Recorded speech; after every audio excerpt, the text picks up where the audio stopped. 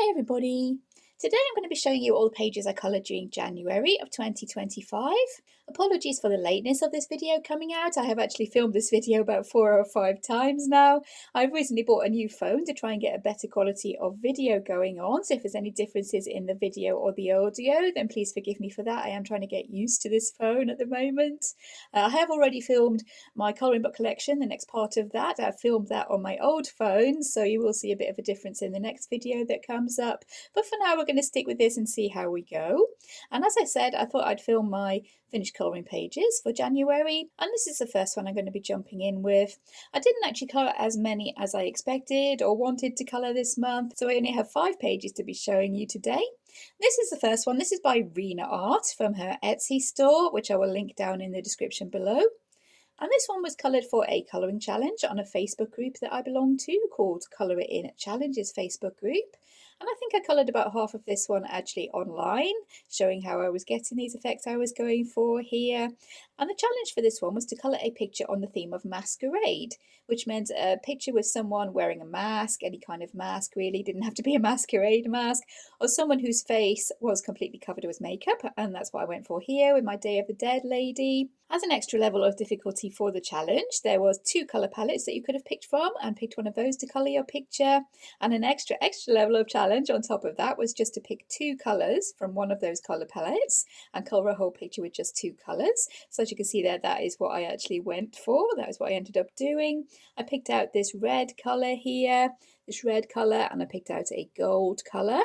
And we were allowed to pick a couple of shades lighter and darker than the actual colour in the colour palette so that we could get highlights and shadows going on there. So yeah, that's what I actually did. I also brought in my white gel pen for a little bit of highlighting along the edges, especially these flowers and along the jewellery. And I did bring in some stick-on crystals, as we can see there. There were some little circles drawn around the edges here that I thought would be really fitting to stick on my little crystals that I do like to use. So yeah, that's how she has ended up, and I'm really pleased with how she went. I did print her out onto this tan colour paper from a sketchbook that I have that has 3 different coloured papers in it. I wanted to give her a kind of an ancient Mayan or Aztec kind of theme, with the lady herself looking as if she was a statue, maybe carved out of gold or something along those lines, and I think that effect has worked quite well. I'll try and bring her up for a little bit of a close-up, but as I said, I am getting used to this phone, so yeah, please bear with me if any of this goes slightly awry. I just thought maybe we could look at a few little details there. And we can see most of that on the video on the channel. I did go over how I was colouring each different area using each of the colours and how I got what I actually ended up with there with that lady. And that is the one that I coloured from Rina Art from her Etsy store.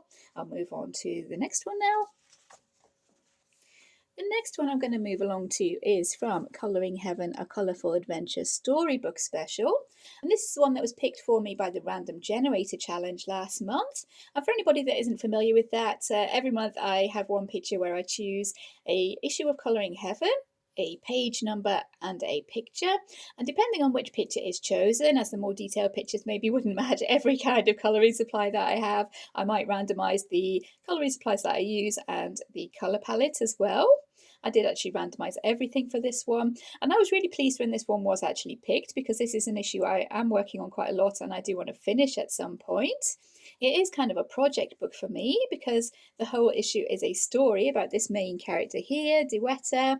And when we first got it, my son said to me that as she is an artist in the story and she does like wolves, she has a wolf friend that she finds kind of halfway through the story. My son said, oh, she must be you because you're an artist and you love wolves. And I thought, oh, okay, I'll go for that. And so for every picture in this book, I am colouring the lady with purple hair, and I'm giving her the glasses as well so that she represents myself. And I'm also adding in a little bumblebee to every picture in this page to represent my son because that's one of his favourite animals, and he actually suggested the project for the book, so he asked to be included as well, so I'm putting in his little bumblebee. So to show you the page that we did colour in this one, we ended up getting this picture here picked for us. And the colour supplies that we had for this picture were water-based markers and coloured pencils. So how I used those, and this is also a video on the channel, but how I used those colouring supplies, first of all I based the whole page with the water-based markers. I used Crayola Super Tips, and I scribbled on a plate to kind of turn the super tips into a kind of watercolour and paint on and base most of the picture there. I did also use the super tips as markers to come in for a little bit of shading, especially in these darker areas down the bottom here, and for a little bit on her kind of blanket. I used the pens just as they are, and then I went on top and shaded the whole thing with pencils pretty much. I did, for this area of the sky here, try dropping on some clear water onto the water-based marker once I'd actually painted the whole page, and I was really pleased with how those effects were going on and giving us that kind of watercolour washy effects in the sky. I was really happy with that. You can see I have added purple here. That wasn't actually in the colour palette that got picked for us, but I've added that in because throughout this magazine the lady is having the purple hair. I drew in the glasses and I drew in the little bumblebee there floating along the clouds, and I think, yeah, I was really happy with how this one turned out. I was a bit unsure whether it would actually be classed as cheating, bringing in a couple of shades of grey to be shading the wolf, because I like to colour my wolves as white, and the wolf throughout this story I'm going to be colouring as a white wolf. But then I was reminded in the comments from this video that I could have gotten grey by mixing the colours in the colour palette anyways. So that's something I hadn't really thought of, and maybe that will be something that I do further along the line with these random colour palette challenges. I'll try mixing the colours maybe. We'll see next time what picture and what magazine gets drawn for us and what we actually end up doing. I don't think there's a lot of detail to be showing on that one, but I'll bring her up slightly so we can see what is going on there. I remember being really happy with this sky here, the way these pinkish kind of tones were coming through in the pen. Hopefully that's showing up on the camera. We had those pinkish kind of tones coming through, which matched in quite nicely with her hair, I thought. And yeah, really quite happy overall, considering it was a random page, it was a random colour palette, and everything was randomised. So yeah, overall, really happy with that. And that is the one that I coloured from Colouring Heaven, a colourful storybook adventure, I think it's called. Yeah, that is the one by Jash. The next one is the one page I managed to get done for my Year of the Snake theme that I wanted to have going on this month, and this is from Millie Marrotta's Animal Kingdom. So if anybody doesn't like snakes, they might want to look away while I'm showing this picture, but he is not a scary snake at all. I will say that he's not very scary at all. And this one I picked after I watched a video that was linked on an Instagram group that I'm in of somebody that coloured a whole colouring page with washi tape, and I thought, well, yeah, that looks like a really cool idea. I might want to have a try at that, and I picked a page from this book. In hindsight, probably one of the wrong pages to be picking, because it is a big double page spread that I ended up doing, which turned into a bit of a labour of love towards the end, but I think he has turned out looking pretty good. Here we go, here is our snake from Millie Marrotta. And this guy was actually divided out into stripes originally, so I just used those as a kind of guide for where to put my different washi tapes. And I tried to use as many washi tapes as possible while still keeping the whole picture looking kind of cohesive and not just a jumble of different patterns and colours. I think I've done a pretty good job with that, even though I do say so myself. It's looking pretty nice. If there were any gaps between the stripes, I filled them in with either a black fine liner or a silver gel pen, just to keep things looking pretty neat there. And for the background, I filled the whole background with a layer of black drawing ink. And then while it was still damp, I sprayed it with some water from a squirt bottle. So hopefully you can see there we've got a kind of mottled, very subtle mottled kind of pattern coming through in the page in the background there, which I think, yeah, again, works quite well, gives a bit of interest without being too flat of a black. And yeah, I was pretty happy with him. As I said, not a very scary snake at all. I'll bring him up a little bit, and we can see there I've added in some jewels for his face. I give him the blue sparkly eye and a line of the gold crystals up his nose there for a little bit of sparkle. I think he's ended up looking really quite nice, considering there were so many different washi tapes that I used on that one. I'll try and show all of them. You see all the different washi tapes that I did actually bring in. And yeah, that was super fun to do. I don't usually kind of gravitate towards Millie Marrotta's sort of pictures because of all the Zen doodly patterns that she likes to use and bring into her animals. So in this book I am using collage quite a lot, and this made a change from using actual collage in this book, and it was quite fun. It gives me another method that I can use in the Millie Marrotta's book to deal with those Zen-tangly patterns that I'm not really that fond of colouring, and yeah, I think that's worked super well. So I'll get rid of our snake now, and anyone who doesn't like snakes can look back now. That was my snake from Millie Marrotta's Animal Kingdom. And the last two pages I'm going to be showing you this month were both buddy colours. And this is the first one. This is from Spirit Animals by Hanna Karlzon. And this one was with my lovely friend Emma Harvey, who suggested doing a buddy colour from this book, which is really nice because, yeah, I don't really give this book as much love as it does deserve because the pictures are beautiful. I do love Hanna Karlzon. And this is the lady that we ended up choosing to colour from this one. Is this lady here. And I will scoot over to the side so I can pop Emma's version up on the left there. I really do love Emma's version there, especially with the fantasy colours that she's used on the little creature. I think we decided they were hamsters on top of her lady's head. And she nicknamed her little dude here Spud the Psychedelic Space Hamster, which I think is really awesome, really fun. It goes with that kind of fun vibe of the picture. And I really did enjoy colouring my own as well. If anybody's in the UK, they might recognise the colours from a tin here of Cadbury's Roses chocolates, which is a brand of chocolates that we have in the UK. Usually comes out at Christmas time. They have a tin that is this kind of purple and blue colour. And I coloured her hair there with Crayola Super Tips and Amazon Basics pencils to get that really nice bright colours coming through there. The chocolates here are based on Rose's chocolates as well. I took a few of the wrapper colours and just put them down for these chocolates here. I did those with metallic watercolours, shaded them with the Amazon Basics pencils and the Super Tips again. These necklaces here, I tried to make it look like jelly beans. I coloured those with acrylic markers, a little bit of white highlight there to make them look shiny. I added in the stick-on crystals, some larger ones along the bottom here, and then some smaller ones here, and one's gone missing. I will find that later and replace that. There's also some little crystals for her earrings. I added there some heart stickers for the hearts of her earrings, and these star stickers for the little stars that Hanna Karlzon had dotted around there. Her crown I just painted with a flat layer of metallic watercolour, the silver, and then shaded that with a couple of pencils. Her skin I did with Prismacolors, if I'm remembering rightly. I tried using the Amazon Basics pencils. I couldn't get the blends that I wanted, so I swapped over to Prismacolors to give her skin this really lovely chocolate colour. And I added in the swirls of icing or frosting on her cheeks and turned her freckles into sprinkles, again to keep with that sweets and desserts kind of theme. The lollipops here I did with some rainbow washi tape, which is still on my desk. This one here, I just did those lollipops with the rainbow washi tape. And the hamster is just basically pencil.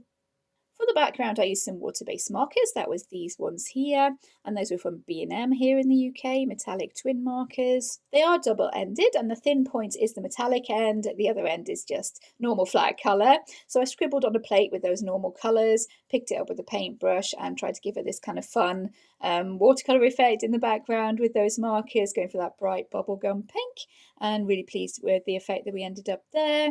We did end up with some colour bleed through, unfortunately, on the other side of the page here. I'm not sure that we'll be picking up on the camera, but here and here we do have a little bit of colour bleed through there, unfortunately, but I don't think that's anything that I won't be able to cover if I do go ahead and colour that page on the back. So I'll try bringing her up for a little bit of a close-up. I'm trying to get used to this focusing in and out again. It's not really one of my strong points, but I will try and bring her up for a little bit of detail here. You can see how I went ahead and coloured her with all those really bright kind of sweets and chocolate colours. Yeah, I had a bit of fun splashing on the paint here to give a really kind of wacky background. And yeah, really pleased with how she turned out. I really had lots of fun while I was colouring her. So yeah, there we go. That is the one that we coloured in Hanna Karlzon Spirit Animals. And the last page I coloured is from Wildflower Folk by Christine Karron. And this one was a buddy colour with Diane Dreams in Colour, who I've done a few buddy colours with, and it's always really fun. So I'll show you the one that we decided to colour from this book here. And that is this lady. Again, I'll move over to the side so we can see both versions at the same time there. And Diane has based her version on the character of Luna Lovegood from the Harry Potter series, which I think works really well for this lady with that kind of faraway, dreamy expression that she has there. I do love the way she's turned that necklace into the Deathly Hallows necklace as well with the triangle there. And I think really soft, really pastel, and it works super well there. This one here, my version, I based on a Dungeons and Dragons character of mine. And you'll see there I have changed the picture a little bit because my character does have wings, so I added in these wings by tracing them from an illustration towards the front of the book. I traced off a wing from another illustration, flipped it over and just traced it onto this page here. And then I coloured that with acrylic markers, white gel pen, some pencil shading and some gold gel pen. The rest of the picture is mainly markers and pencil. I did bring in some washi tape here for the lady's dress, and I did bring in some paper collage because, as you'll see from Diane's version, there was a string of sleigh bells here around the lady's head and around her wrist, which I didn't think really fit in with my character that well. So I collaged over those with some flowers that I cut from some scrapbooking paper and popped those on to make more of a flower crown. I gave her some butterfly stickers as well to go with that kind of ethereal sort of look that I was going for with the character. This background here I thought turned out quite nicely, and that was just done with a layer of alcohol marker, which I think was Touch Cool marker, that one, a really kind of maroony burgundy red that I laid down. And then I dabbed on some hand sanitizer on a piece of kitchen sponge, just the normal sponges that you use to wash the dishes. I ripped off a piece of the back of one of those, used it as a sponge to dab on some hand sanitizer, and I thought that was looking a bit kind of like a galaxy or some sort of star field going on there. So I tried to play up with that by adding in a few little white gel pen stars, some gold sparkles as well. And I shaded with pencils around the edge of the frame just to give a little bit of darkness around there. The frame itself has an edge of gold gel pen, and so does the lady herself around the bottom of the image. And for the bits where she does go over the frame in the background there, I used white gel pen to give her a bit of an outline and make her stand out a little bit. And yeah, super happy with how she turned out. She really does give the kind of feeling of that character I was going for. So yeah, really happy with that one. I'll try and bring that up again for a little bit of a close-up.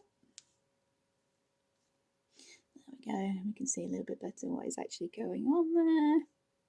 The paper collage flowers and the pencil and the marker, gold gel pen, lots of white gel pen. And yeah, again, she was a really fun one to do. So that is the page that I coloured from Wildflower Folk by Christine Karron, and that is the last page I do have to show you today, unfortunately. Just the 5 that I coloured during January.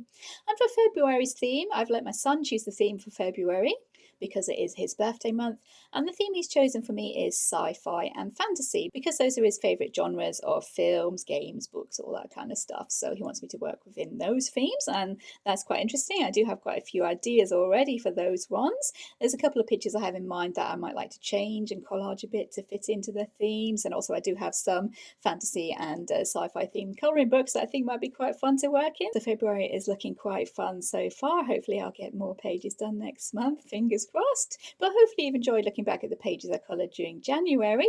If you have enjoyed this video, please consider liking and subscribing. Thank you so much for watching, everybody. Take care, and I'll see you in future videos. Bye.